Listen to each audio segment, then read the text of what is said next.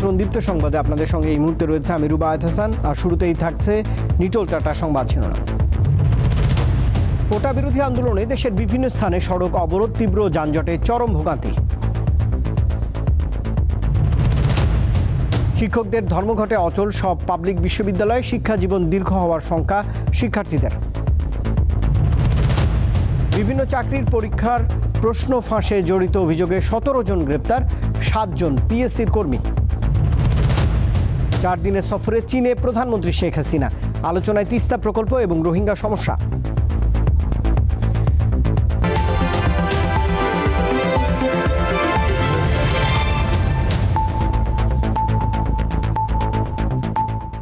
এবারে পুরো আয়োজনে যাচ্ছি। কোটা বিরোধী আন্দোলনে সড়ক অবরোধ করায় রাজধানীতে দ্বিতীয় দিনের মতো ভোগান্তিতে পড়েন নগরবাসী। ঘণ্টার পর ঘণ্টা বসে থাকার পর হেঁটেই গন্তব্যে রওনা হন অনেকেই। ভোগান্তিতে পড়ে ক্ষোভ প্রকাশ করেন তারা। আন্দোলনকারীরা জানিয়েছেন মঙ্গলবার ঢাকায় কর্মসূচি থাকবে না। সরকারি চাকরিতে কোটা পদ্ধতি বাতিলের দাবিতে কয়েকদিন ধরে আন্দোলন করছেন শিক্ষার্থীরা। সড়ক অবরোধ করায় যানজটে নাকাল হয়ে পড়েছে পুরো রাজধানী। রবিবারের মতো সোমবারও শাহবাগ, সায়েন্স ল্যাব ও ফার্মগেট সহ বিভিন্ন সড়কের সিগন্যাল ব্যারিকেড দিয়ে আটকে রাখে শিক্ষার্থীরা। এতে আটকা পড়ে শত শত গাড়ি, সৃষ্টি হয় তীব্র যানজট। অ্যাম্বুলেন্স ও রোগীবাহী গাড়ি ছেড়ে দিলেও যানজটে তার প্রভাব পড়েনি। দীর্ঘ সময় বসে থাকার পর যাত্রীরা গাড়ি থেকে নেমে পায়ে হেঁটে গন্তব্যে রওনা হন।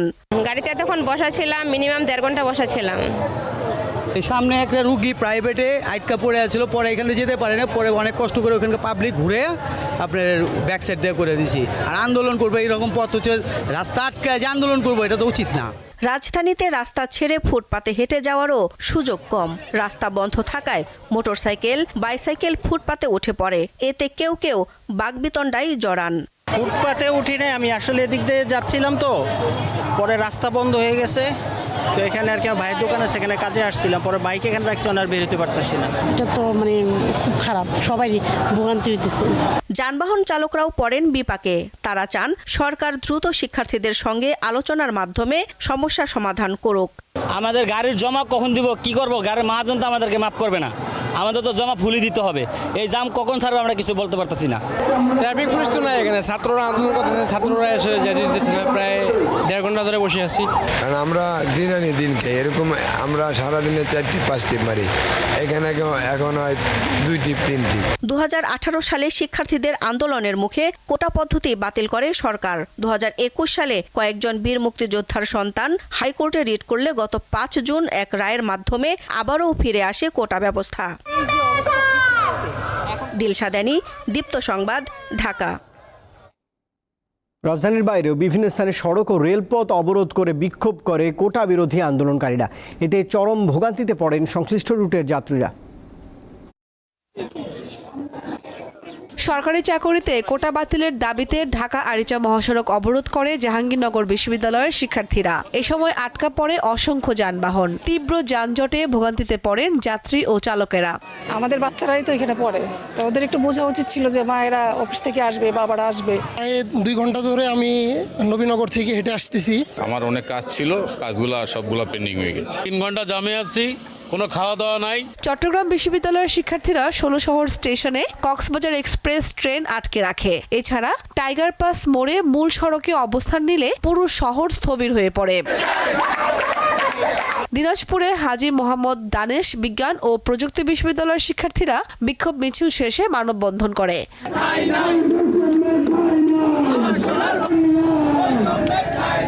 কুমিল্লা বিশ্ববিদ্যালয়ের শিক্ষার্থীরা ঢাকা চট্টগ্রাম মহাসড়কের কোটবাড়ি অংশ অবরোধ করে। এ সময় মহাসড়কে দীর্ঘ যানজটের সৃষ্টি হয়। ভোগান্তিতে পড়েন যাত্রীরা। রাজশাহী বিশ্ববিদ্যালয় সংলগ্ন মেহেরচণ্ডী ফ্লাইওভারের নিচে রেল লাইন অবরোধ করে শিক্ষার্থীরা। এতে দূরপাল্লার রেল যাত্রীরা ভোগান্তিতে পড়েন। সকল গ্রেডে কোটা সংস্কার করতে হবে। সরকারি কোনো চাকরিতে বৈষম্যমূলক কোটা করা চালু থাকবে না। বরিশাল কুয়াকাটা মহাসড়ক অবরোধ করে বিক্ষোভ করে বরিশাল বিশ্ববিদ্যালয়ের ছাত্রছাত্রীরা। ময়মনসিংহে বাংলাদেশ কৃষি বিশ্ববিদ্যালয়ের শিক্ষার্থীরা সড়ক ও রেললাইন অবরোধ করে। এতে চরম ভোগান্তিতে পড়ে মানুষ। কামরুন নাহার, দীপ্ত, বার্তা কক্ষ। শিক্ষকদের লাগাতার ধর্মঘটে অচল পাবলিক বিশ্ববিদ্যালয়গুলো। ক্লাস ও পরীক্ষা স্থগিতের কারণে শিক্ষা জীবন দীর্ঘ হওয়ার শঙ্কা শিক্ষার্থীদের। সর্বজনীন পেনশন স্কিম প্রত্যয়কে ষড়যন্ত্রমূলক ও বৈষম্যমূলক বলে আখ্যা দিয়েছেন শিক্ষকরা। শিক্ষার্থীদের পদচারণা নেই ঢাকা বিশ্ববিদ্যালয়ের কলাভবন চত্বরে। বন্ধ শ্রেণীকক্ষ, নেই কোনো পরীক্ষাও। সর্বজনীন পেনশন স্কিম নিয়ে শিক্ষকদের ক্লাস পরীক্ষা বন্ধের ঘোষণায় এমন অচল অবস্থা বিশ্ববিদ্যালয়ে।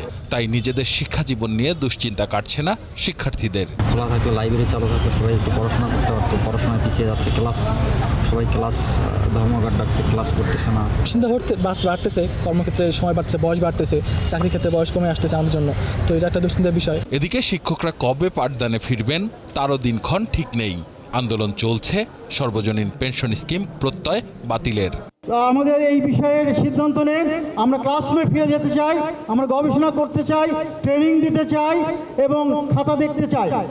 সেইখানে আমাদের ফিরে নিয়ে যান। আমরা আমাদের সময় এভাবে নষ্ট করতে চাই না। এই স্মার্ট জাতি গঠন করার জন্য আমরা অবশ্যই অবিলম্বে পারলে আমরা আগামীকাল ক্লাসরুমে ফিরতে চাই। এক সপ্তাহের বেশি সময় ধরে টানা কর্মসূচিতে আছে সব পাবলিক বিশ্ববিদ্যালয়। এই পেনশন স্কিমকে ষড়যন্ত্রমূলক ও বৈষম্যমূলক বলে আখ্যা দিয়েছেন শিক্ষকরা। মাননীয় প্রধানমন্ত্রী, দিন বদলের পালায় আপনি বলেছিলেন 2015 সালে সুপার গ্রেডে আপনি আমাদের অন্তর্ভুক্তি করবেন, সেটি অদ্যাবধি হয়নি। দেশ চালাচ্ছেন, কিন্তু একটি দুষ্ট চক্র যারা 2015 সালে আমাদের বেতন স্কেল আমাদের একধাপ নামিয়ে দিয়েছিলেন, আমাদের সংগ্রাম করতে হয়েছে।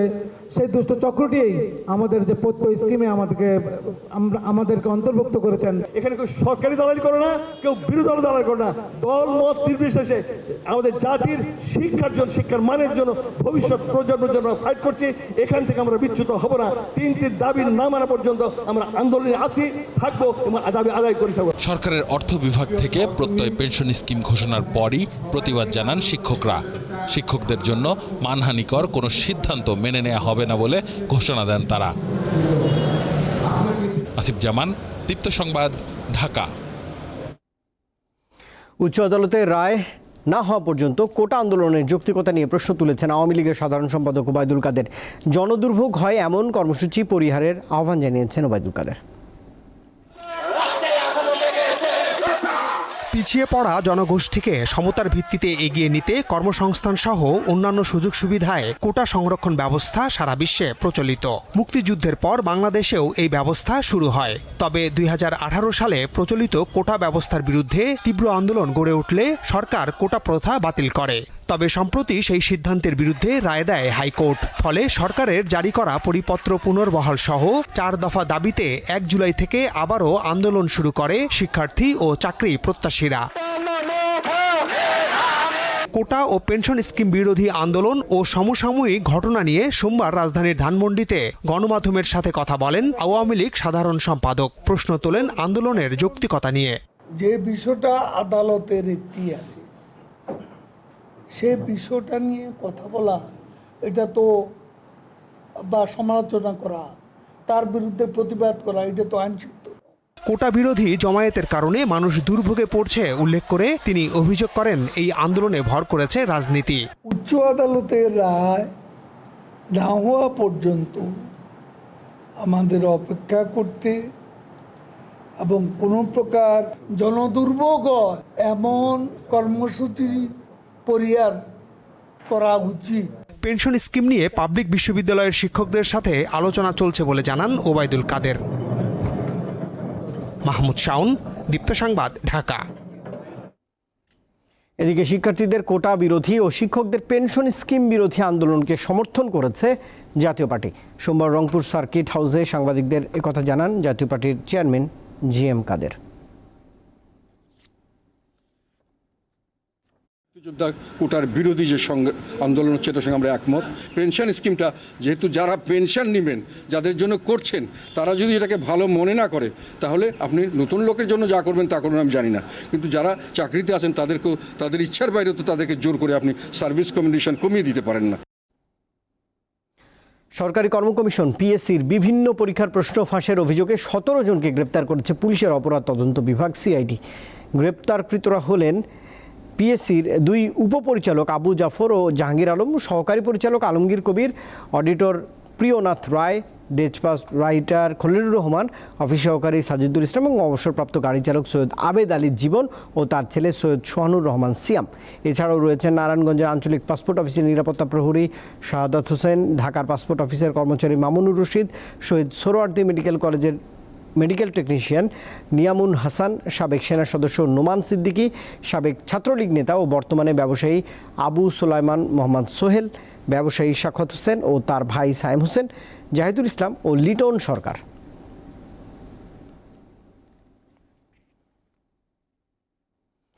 চীনের প্রধানমন্ত্রীর আমন্ত্রণে 4 দিনের দ্বিপক্ষীয় সফরে এখন বেইজিংয়ে অবস্থান করছেন বাংলাদেশের প্রধানমন্ত্রী শেখ হাসিনা। ভারত সফরের পর প্রধানমন্ত্রীর এই সফরে তিস্তা প্রকল্প, রোহিঙ্গা সমস্যা, বাণিজ্য বিনিয়োগ এবং অর্থনৈতিক সংকট সমাধানে চীন থেকে ঋণ নেয়ার বিষয়ে আলোচনায় গুরুত্ব পেতে পারে।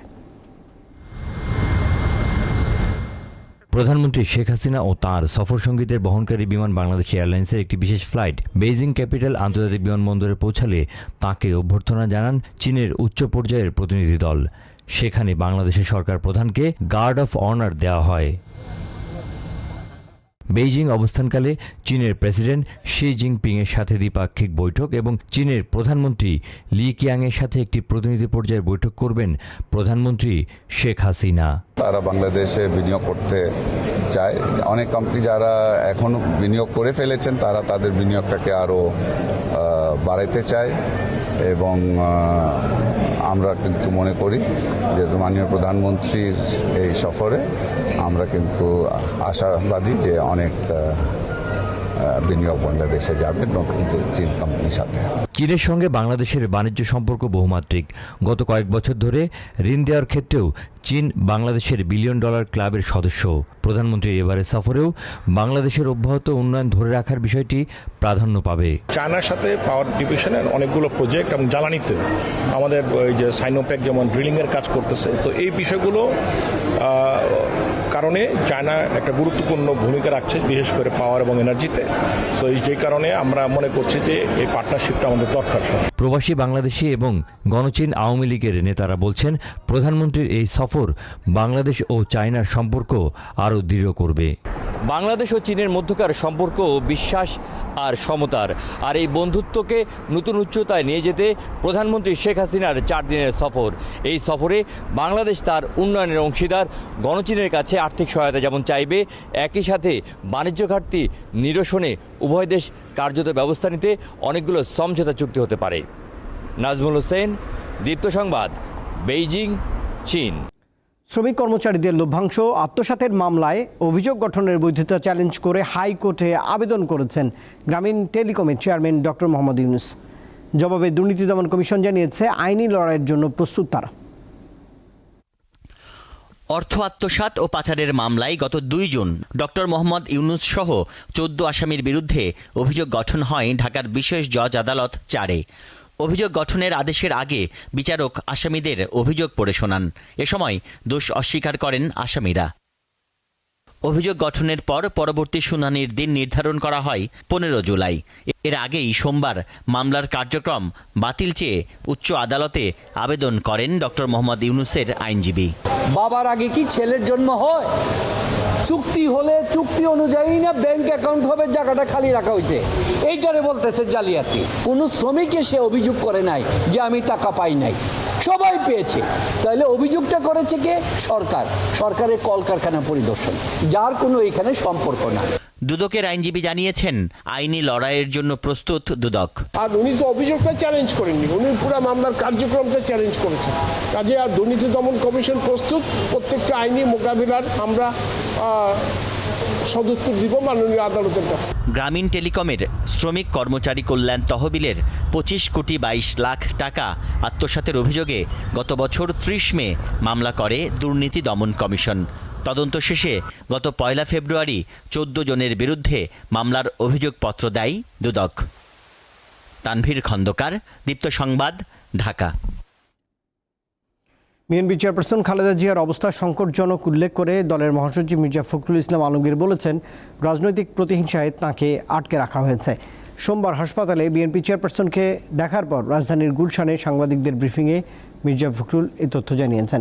বিদেশে চিকিৎসার বিষয়ে সরকারের কাছে আবেদন করার বিষয়ে সিদ্ধান্ত নেওয়া হয়নি উল্লেখ করে মির্জা ফখরুল বলেন, খালেদা জিয়া নিঃশর্ত মুক্তির দাবিতে আন্দোলন জোরদার করা হবে। প্রধানমন্ত্রীর চীন সফর প্রসঙ্গে বিএনপি মহাসচিব বলেছেন, দুর্নীতিতে সব টাকা লোপাট করে এখন বিদেশিদের কাছে ঋণ চাইছে সরকার। সে হচ্ছে উনি এখন অত্যন্ত অসুস্থ এবং সেইভাবে ওনার চিকিৎসা নেওয়া দিচ্ছেন। ওরা আরও অবনতি হয়েছিল, তার শরীরের অবনতি হয়েছিল এবং সেই কারণেই তাকে নিতে হয়েছে আর কি, খুব জরুরি ভিত্তিতে নিতে হয়েছে। বোঝেন রাত 4টায় তাকে অ্যাম্বুলেন্সে করে যেতে হয়েছে। তো যেখানে উনি বারবারই আসছেন সুন্দরভাবে, কিন্তু যেতে হচ্ছে আবার তাকে অ্যাম্বুলেন্সে। সারা দেশের বন্যা পরিস্থিতির আরও অবনতি হয়েছে। কুড়িগ্রামে ব্রহ্মপুত্র ও দুধকুমারের পানি বিপদসীমার উপরে থাকায় পানিবন্দী হয়ে রয়েছে প্রায় 2 লাখ মানুষ। যমুনার পানি বাড়ায় বগুড়ায় 15টি এবং জামালপুরে 23টি ইউনিয়নের মানুষ আছেন দুর্ভোগে। গাইবান্ধায় পানিবন্দী প্রায় 30,000 পরিবার। চরম দুর্ভোগে পড়েছেন লালমনিরহাটের তিস্তা ও ধরলাপাড়ের বাসিন্দারা। কুড়িগ্রামে 4 দিন ধরে ডুবে রয়েছে বাড়িঘর ও রাস্তাঘাট। ব্রহ্মপুত্র ও দুধকুমার নদীর পানি এখনও বইছে বিপদসীমার ওপরে। এতে 6 উপজেলার 2 লাখের বেশি মানুষ দুর্ভোগে রয়েছেন। সিলেটে ভারী বৃষ্টি ও উজানের ঢলে নদ নদীর পানি 5টি পয়েন্টে বিপদসীমার ওপর দিয়ে এখনও প্রবাহিত হচ্ছে। নরসিংদীর রায়পুরায় ট্রেনে কাটা পড়ে 5 জন নিহতের ঘটনায় অপমৃত্যুর মামলা করেছে ভৈরব রেলওয়ে থানা পুলিশ। সোমবার ভোর 5:30টার দিকে রায়পুরা উপজেলার মেথিকান্দা রেল স্টেশন সংলগ্ন কমলপুর এলাকায় এই দুর্ঘটনা ঘটে। পরে ছিন্ন বিচ্ছিন্ন হয়ে রেললাইনে ছড়িয়ে ছিটিয়ে থাকা মরদেহগুলো উদ্ধার করে রেলওয়ে পুলিশ। নিহত 5 তরুণের পরিচয় প্রাথমিকভাবে জানা যায়নি। রেলওয়ে পুলিশের ধারণা, চট্টগ্রাম থেকে ছেড়ে আসা ঢাকা মেইল ট্রেনের ছাদ থেকে পড়ে তারা প্রাণ হারিয়েছেন। নরসিংদী রেলওয়ে পুলিশ ফাঁড়ির ইনচার্জ উপপরিদর্শক মোহাম্মদ শহীদুল্লাহ জানিয়েছেন, নিহত 5 জনের মধ্যে 4 জনের বয়স 18 থেকে 20 বছরের মধ্যে।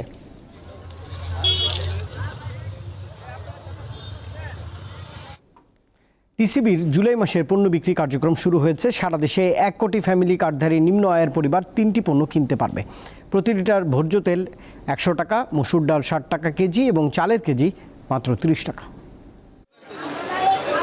কোনোভাবেই টানা যাচ্ছে না নিত্যপণ্যের লাগাম। একাধিক মন্ত্রী বিভিন্ন সময়ে কঠোর অবস্থানের কথা বললেও বাজারে এর প্রভাব পড়ছে না। ফলে মূল্যস্ফীতির চাপে পিষ্ট সাধারণ মানুষ। দিশেহারা ক্ষুধার রাজ্যের বাসিন্দারা। দিন দিন যেন নাজুক হচ্ছে তাদের অবস্থা। এ পরিস্থিতিতে সারা দেশে নিম্ন আয়ের 1 কোটি পরিবারের মাঝে ভর্তুকি মূল্যে টিসিবির পণ্য বিক্রির কার্যক্রম হাতে নেয় সরকার। সোমবার সকালে রাজধানীর করাইল টি&টি কলোনির আনসার ক্যাম্প মাঠে জুলাই মাসের কার্যক্রম উদ্বোধন করেন বাণিজ্য সচিব। তিনি জানান, টিসিবির জন্য পেঁয়াজ ও আলু আমদানির চেষ্টা চলছে, পাশাপাশি তদারকি করা হচ্ছে বাজার। নর্মালি চিনি, আলু, পেঁয়াজ এই 3টি এখানে যুক্ত করার বিভিন্নভাবে চেষ্টা করছি, কারণ আমাদের কয়েকটি পণ্যের কিছু দাম ওঠানামা করছে, সেটা আমরা মনিটর করছি। সরকারের এই কার্যক্রম নিম্ন আয়ের মানুষের মাঝে কিছুটা স্বস্তি দিচ্ছে। এই জিনিসটা পাই আমরা অনেক উপকার পাই। তেল, মসুর ডাল আর চাউল দিচ্ছে আর কি, কিন্তু সাথে পেঁয়াজটা দিলে ভালো হতো।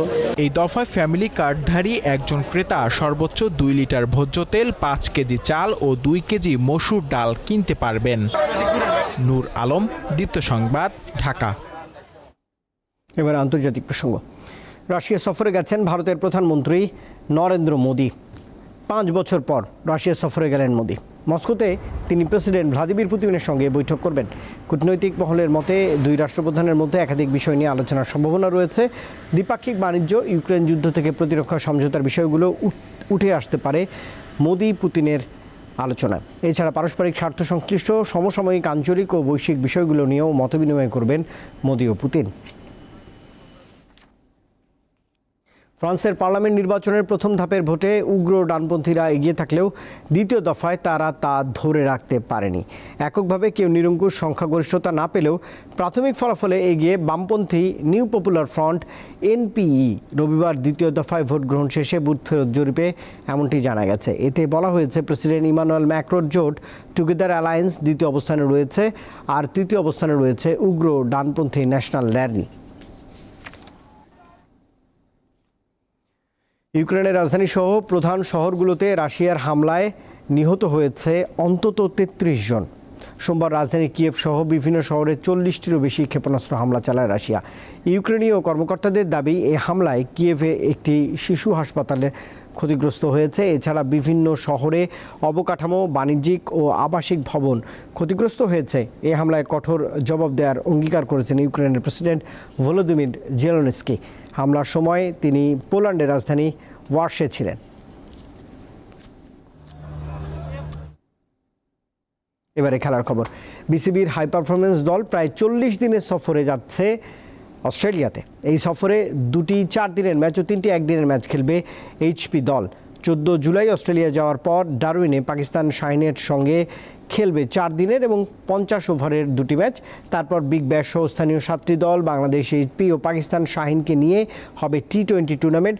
গত 2 জুলাই বোর্ড মিটিংয়ে রাজিনের সঙ্গে 3 মাস মেয়াদী চুক্তি করে বাংলাদেশ ক্রিকেট বোর্ড। তারপর থেকেই এইচপি দল নিয়ে অনুশীলনে ব্যস্ত সময় পার করছেন এই সাবেক ক্রিকেটার। টি20 বিশ্বকাপ জয়ী ভারতীয় দলকে 125 কোটি রুপি অর্থ পুরস্কার দিচ্ছে বিসিসিআই। 15 সদস্যের দলের প্রত্যেক খেলোয়াড় পাবেন 5 কোটি রুপি। যুক্তরাষ্ট্র ও ওয়েস্ট ইন্ডিজে যাওয়া 42 সদস্যের দলের প্রধান কোচ রাহুল দ্রাবিড়ও পাচ্ছেন 5 কোটি রুপি। কোচিং স্টাফের প্রত্যেকেই পাবেন 2.5 কোটি রুপি। অজিত আগারকারের নেতৃত্বাধীন নির্বাচক কমিটির প্রত্যেকে পাবেন 1 কোটি রুপি। 3 জন ফিজিও, 3 জন থ্রোডাউন স্পেশালিস্ট, 2 জন মালিশকারী এবং স্ট্রেংথ অ্যান্ড কন্ডিশনিং কোচ পাবেন 2 কোটি রুপি করে। দলের সঙ্গে নিয়মিত না থাকলেও রিজার্ভ খেলোয়াড় হিসেবে ডাক পাওয়া রিঙ্কু সিং, শুভমান গিল, আবেশ খান ও খলিল আহমেদের প্রত্যেকেই দেওয়া হবে 1 কোটি রুপি।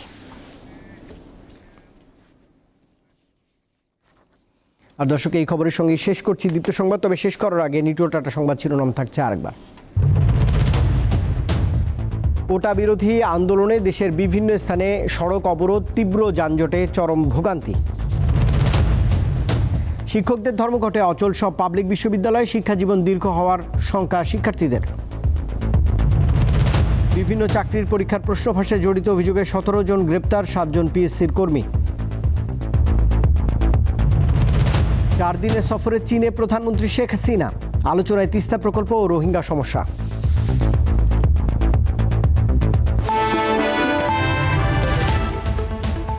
আর দর্শক, এই ছিল এখনকার মতো। তখন সঙ্গে থাকবার জন্য ধন্যবাদ সবাইকে। শুভরাত্রি।